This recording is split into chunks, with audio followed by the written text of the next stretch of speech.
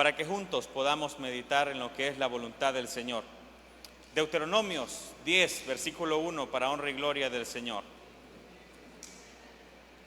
Dice la palabra del Señor tal como está escrita, honrando a nuestro Dios, Padre, Hijo y Espíritu Santo. En aquel tiempo Jehová me dijo: lábrate 2 tablas de piedra como las primeras, y sube a mí al monte, y hazte un arca de madera, y escribiré en aquellas tablas las palabras que estaban escritas en las primeras tablas que quebraste, y las pondrás en el arca.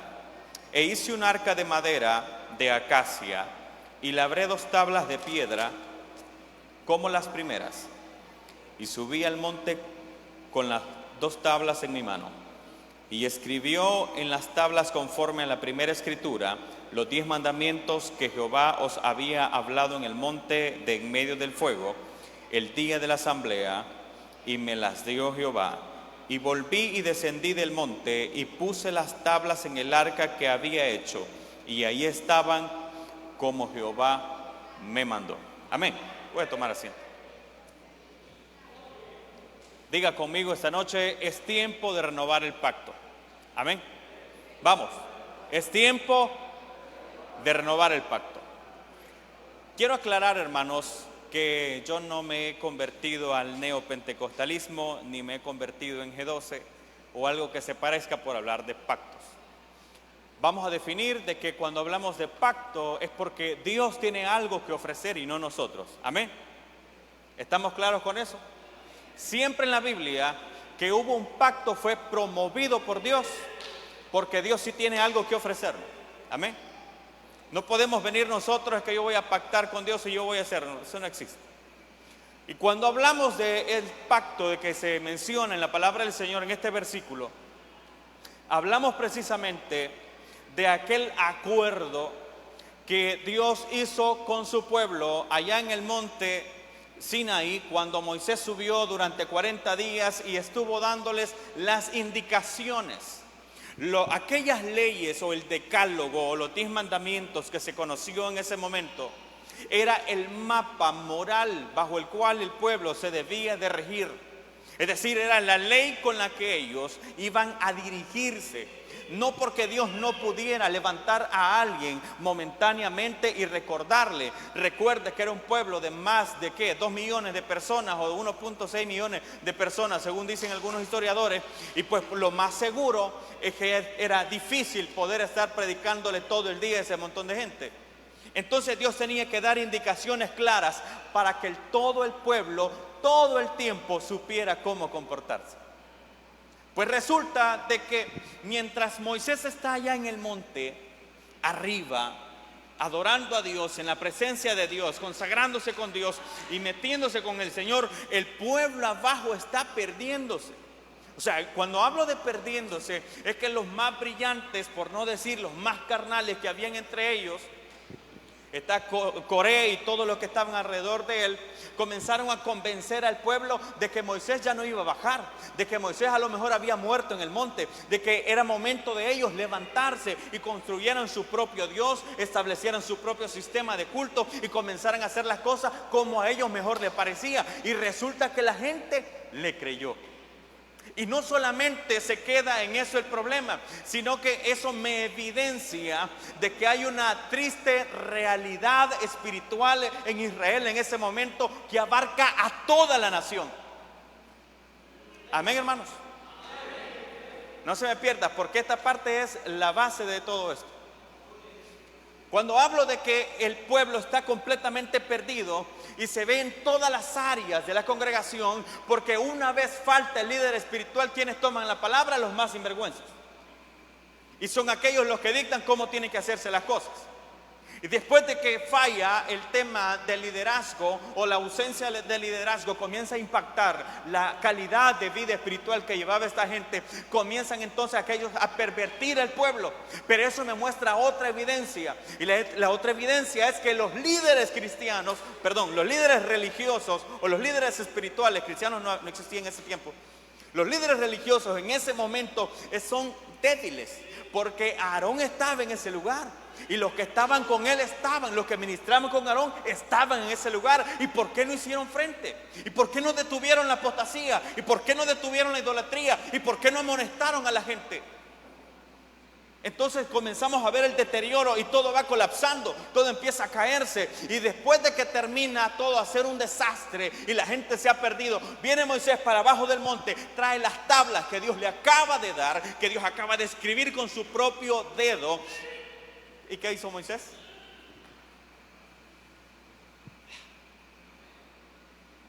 Las hizo pedazos. Pregunto, ¿había alguien interesado en agradar a Dios? Pero ni Moisés. O sea, que él viene y tomado de la ira, dejándose llevar por sus emociones, dejándose llevar por su carnalidad, viene y destruye las tablas y hace pedazos, y el pueblo queda completamente a la deriva. Dios en ese momento dictamina que va a aniquilar a todos aquellos que se rebelaron en contra de él, y Moisés cae de rodillas delante de Dios pidiendo misericordia. Y sabe que en ese mismo momento Dios abre la tierra y se traga a todos aquellos que se rebelaron contra Dios, derechito al infierno. En ese momento el pueblo queda en así como cuando recién acaba de haber un trueno, ¡pum!, y todo se queda en silencio. Nadie sabe qué hacer, nadie sabe para dónde va, nadie sabe para dónde moverse, simplemente están estancados.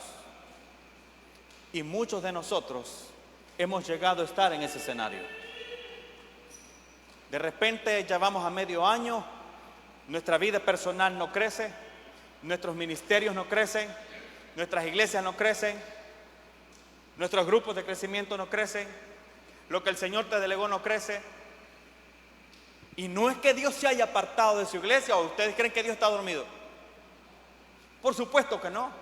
¿O usted cree que Dios no está interesado en que constantemente haya nuevos líderes o nuevos predicadores o nuevos ministros de oración o nueva gente llenándose de los dones del Espíritu Santo? Dios está interesado en que si hoy la iglesia fuera con la misma intensidad que fueron aquellos que estaban reunidos en el Pentecostés, aquí estuviéramos hablando en lengua y viendo los dones del Espíritu manifiestos, así como se vio en aquel mismo lugar. Bendito sea el nombre del Señor. Porque Dios es el mismo, porque Dios no ha cambiado. Entonces, ¿qué está pasando? El escenario triste del pueblo de Israel es que ellos vieron mucha más gloria que lo que hemos llegado a ver nosotros. Eso es lo verdaderamente triste. Hermano, ¿quién de ustedes ha visto un torbellino de fuego descender del cielo? Ninguno. ¿A quién de ustedes le anda una nube encima de la cabeza para que no le caiga el sol? A nadie. ¿Quién de ustedes ha visto que para salir de un problema ha invocado a Dios y que le caigan plagas a sus enemigos? Nadie. ¿Sabe qué significa eso? Que esa gente había visto cómo Dios estaba a favor de ellos. Y lo triste de ellos es que a pesar de eso le dan la espalda a Dios. Ahora, esto no nos hace menos culpables, porque de alguna manera nosotros también hemos visto la mano de Dios en nuestra vida. De alguna manera también somos testigos que Dios está con nosotros. De alguna manera somos testigos, y eso nos hace responsables delante de Dios, por lo cual no podemos decir, no, es que yo no sé, yo no he visto, yo no conozco. Dios se ha asegurado de que cada uno de nosotros pueda ver su gloria cada vez que lo hemos buscado, cada vez que nos hemos acercado. Bendito sea el nombre del Señor. La pregunta es, ¿y por qué estamos estancados? ¿Por qué no avanzamos? ¿Qué está fallando? ¿Qué ha fallado? El pueblo de Israel estaba en un escenario triste y la palabra del Señor lo describe. La mejor ilustración del pueblo de Israel es aquella historia o aquella parábola de la viña que todos conocemos.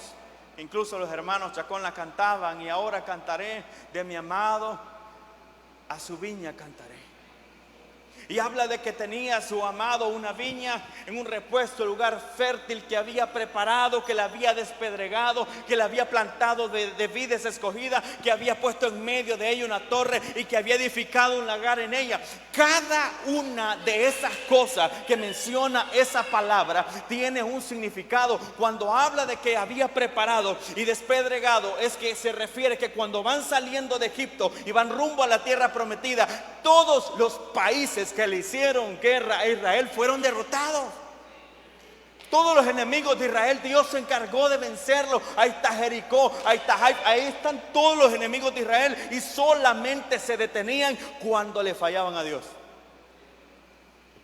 Y por allá está el muchacho que agarró los lingotes de oro y agarró los vestidos y los fue a esconder. Ese fue el único que le llevó a la tragedia. Pero con los demás, Dios se encargó de despedregar a su viña. Y dice, y plantado la de vides escogidas. ¿Cuáles eran esas vides escogidas? Cuando se hablaba de las vides, eran los elementos que se ponían en la tierra para que surgiera lo que podremos llamar ahora como semilla. Pero obviamente no son semillas, sino que eran las piezas que se ponían en el suelo. Pues resulta de que los elementos con los que se crió Israel fueron siervos de Dios, que fueron llamados y respaldados por Dios. Estaba Moisés, estaba Josué, estaban todos los demás siervos de Dios que Dios levantó. Estaba el profeta Isaías, estaba el profeta Samuel. Todos los que sirvieron al Señor eran gente que Dios escogió, llamó, preparó y respaldó para enseñar a su pueblo. Y había edificado en medio de ella una torre. Cuando habla de eso, es exactamente cuando el pueblo está en medio del desierto, está en medio de la nada, aparentemente un pueblo indefenso. La torre en los viñedos se edificaba como medida de seguridad, y se establecía una vigilancia en esa torre para cuidar el viñedo. Y óigame, nadie más, ningún otro país en aquel entonces y hasta el día de hoy tenía un guardián tan poderoso que descendía en un torbellino de fuego en medio del pueblo. ¿Quién tenía valor de enfrentarse a un pueblo de esa magnitud, que Dios mismo se hacía llegar y se hacía presente? Ni los egipcios, que tenían una cultura religiosa de las más elaboradas y de las más estructuradas en aquel entonces, habían visto una manifestación de sus dioses como lo había visto el pueblo de Israel. Pero también dice, y había edificado un lagar en ella. ¿Y para qué servía el lagar? Pues para recoger el jugo de las uvas. Pero ¿cuál fue el resultado? Y dio uvas silvestres, uvas agrias, uvas amargas, incomibles. Pues resulta de que el pueblo de Israel, esa era la actitud que había tenido con Dios. Dios les había sacado, Dios les había mostrado gloria, les había dado agua, les había dado pan, les había dado codornices, les había dado el maná, les había guardado, les había protegido, les había llevado donde estaban. ¿Y sabe con qué respondía el pueblo? Con puros reniegos y reclamos. Mejor nos hubiéramos quedado allá. Igualito como nos pasa a nosotros muchas veces. Y le digo esto, hermano, porque muchas veces nos estamos preguntando, ¿y por qué no avanza mis peticiones hacia Dios? ¿Por qué no avanzan mis súplicas con Dios? ¿Cuántos ayunos llevo ya? ¿Cuántas horas de oración? ¿Cuántas vigilias? ¿Cuánta intercesión delante de Dios? ¿Por qué no avanzan nuestros ministerios? ¿Por qué no avanza lo que hacemos para Dios? ¿Por qué no crezco? ¿Por qué no sobresalgo? Déjeme decirle algo. Hay algo que tenemos que pararnos a resolver. No simplemente se trata de verme bien delante de ustedes y delante de Dios estoy arruinado. Déjeme decirle que hay algo que tenemos que resolver, no con los que nos rodean, sino con Dios. Aquel que le rendimos gloria y le rendimos alabanza en este lugar es aquel que exige que nos volvamos a Él con toda confianza. Bendito el nombre del Señor. Dice la palabra del Señor que en aquel tiempo, dice, Jehová me dijo, lábrate 2 tablas. Esa ruptura del pacto había dejado a la gente completamente a la deriva. Y eso se vuelve a repetir allá en el libro de Ezequiel, capítulo 37. En ese tiempo el pueblo está otra vez a la deriva. Saben que le han fallado a Dios, saben que no pueden pedirle nada a Dios porque Dios más bien lo quiere castigar. saben que son culpables, saben que están perdidos, porque nosotros sabemos, hermanos, cuando nos hemos desperdigado. Y resulta que cuando se levantan los enemigos, ellos saben que están débiles. Cuando se levantan los enemigos del pueblo, ellos saben que son frágiles. Ellos saben que no tienen la fuerza para enfrentarse.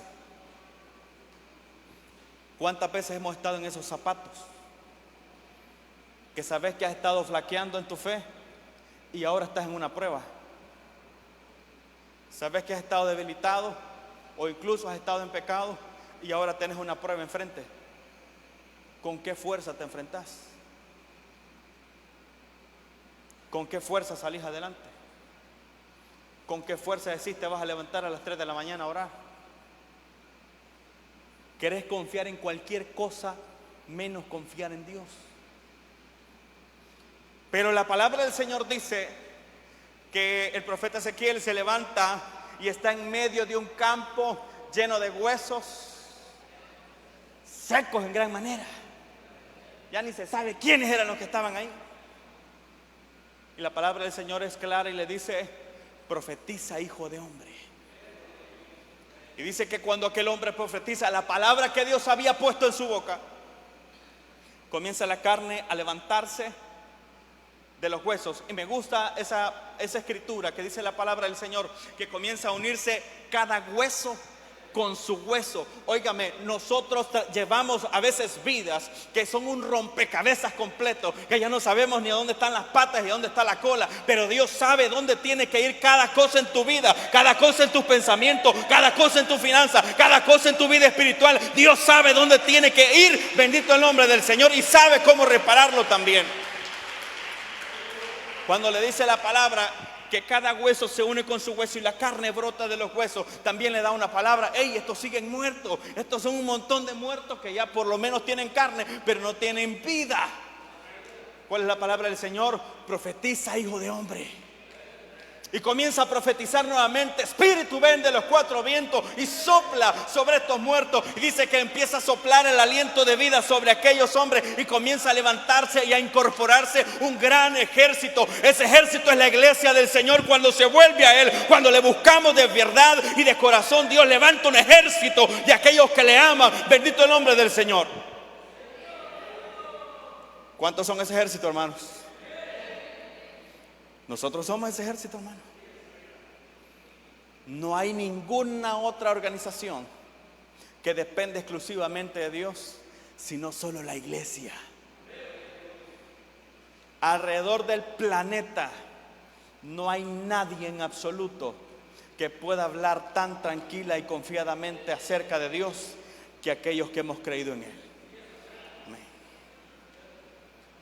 Pues resulta, hermanos, que nosotros, ahora que nos centramos de que somos ese ejército y que necesitamos ver un siguiente nivel de gloria, un siguiente nivel de gracia, que Dios reavive en nosotros los dones, los talentos, los ministerios, lo que ha puesto en nuestras manos, nuestras familias, nuestros proyectos, todo. Hermanos, yo siempre me gusta pensar más allá de que Dios solamente se trata de religión. Me gusta pensar de que Dios se trata de todo de mí, de que Dios se trata de todo lo que yo soy, de todo lo que yo hago. ¿Cuánto le dan gloria al Señor, hermanos?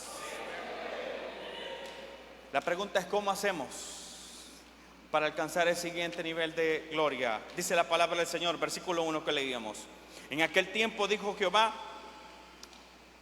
me dijo, lábrate 2 tablas de piedra, ¿como cuáles?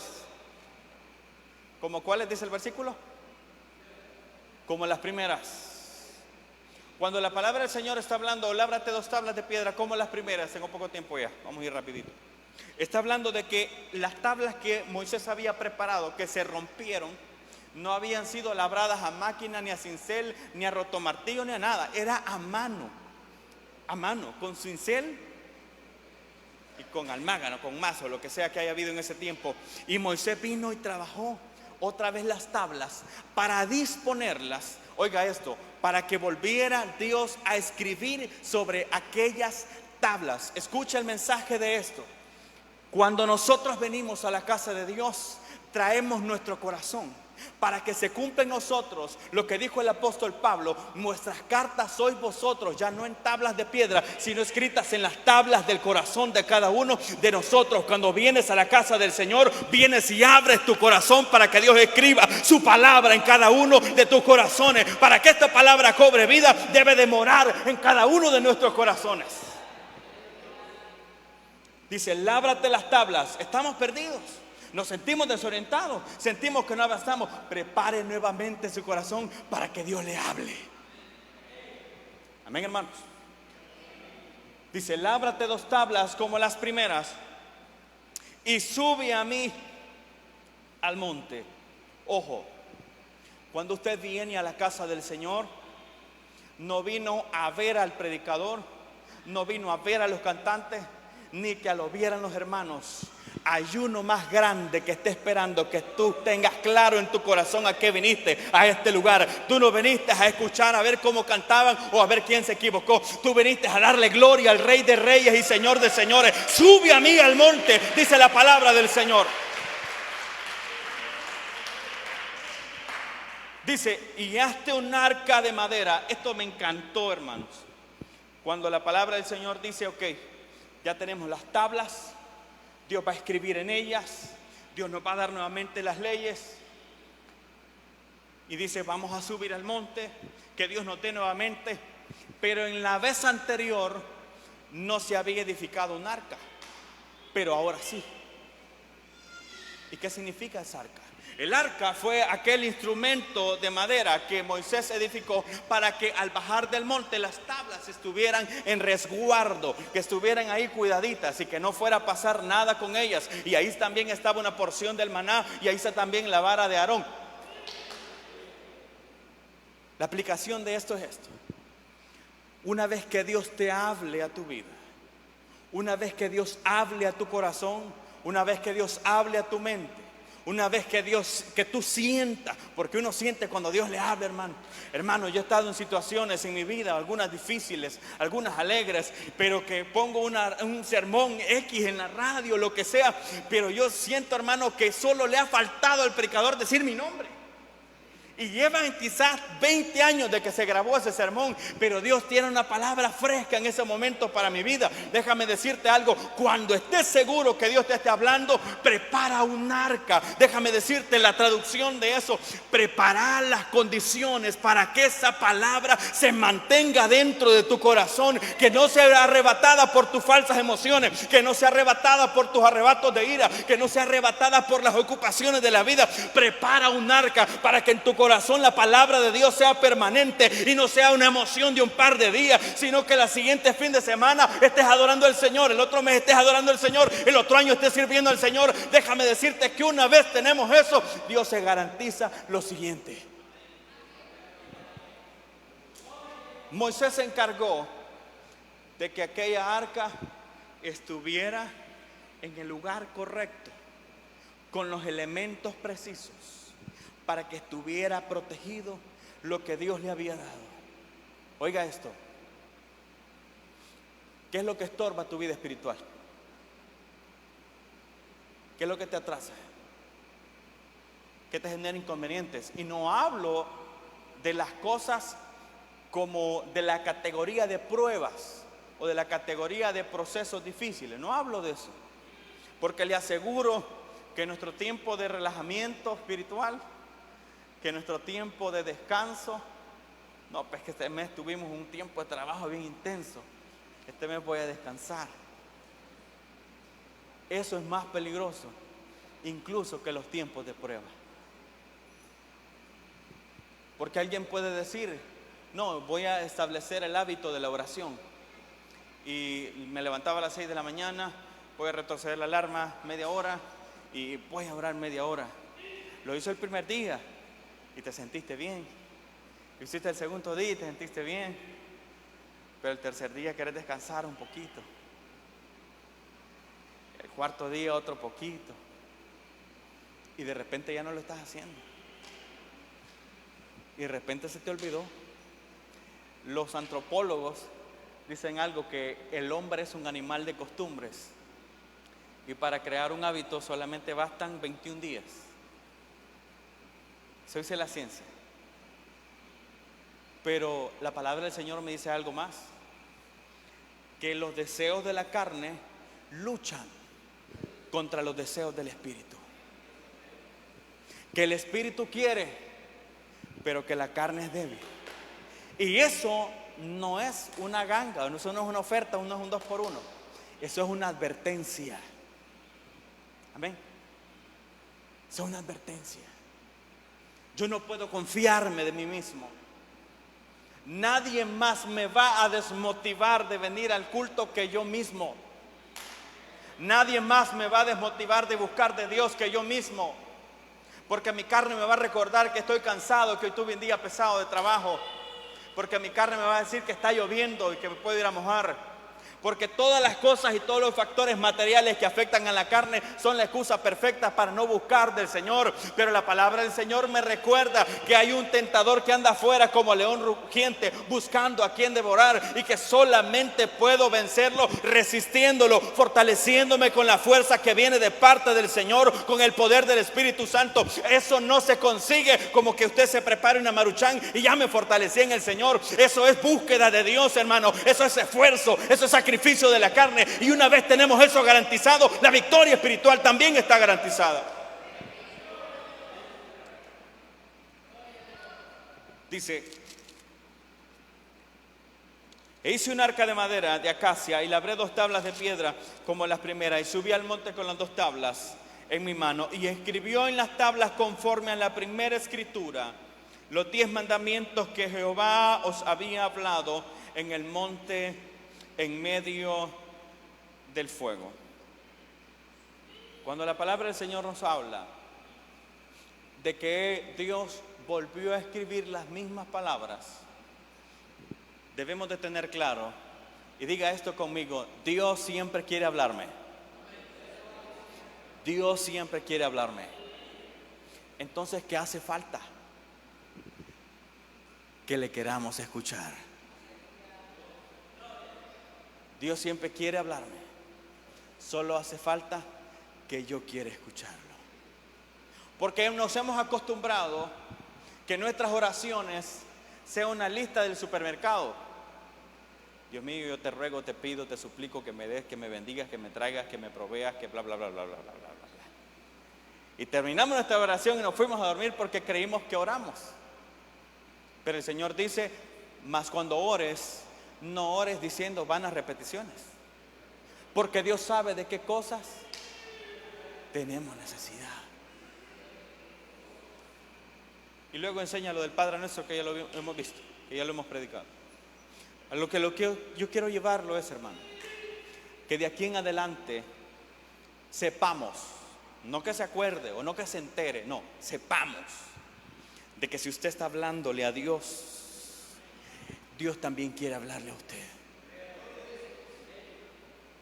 Y alguien me dirá: ¿y de qué formas habla Dios? La primera es su palabra, eso es infalible. Y después están las predicaciones, y después están las alabanzas, y después están las revelaciones, y después está la profecía, y después está palabra de sabiduría, y después están los consejos. Hay una infinidad de formas. Todo es que la iglesia del Señor quiere escuchar su voz. Amén.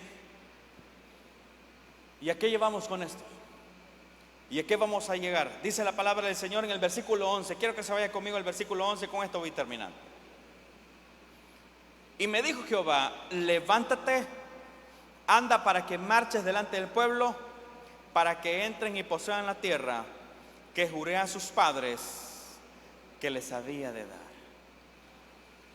Una vez renovamos el pacto con Dios, una vez volvemos a que nuestro corazón esté conforme al corazón de Dios, una vez volvemos a que nuestro corazón esté conforme a la voluntad de Dios, entonces comenzamos a marchar, diga conmigo, en el propósito de Dios. En el propósito de Dios. Se lo traduzco al español: vamos a dejar de pedir tonterías. Vamos a dejar de pedirle a Dios cosas que no tiene para nosotros.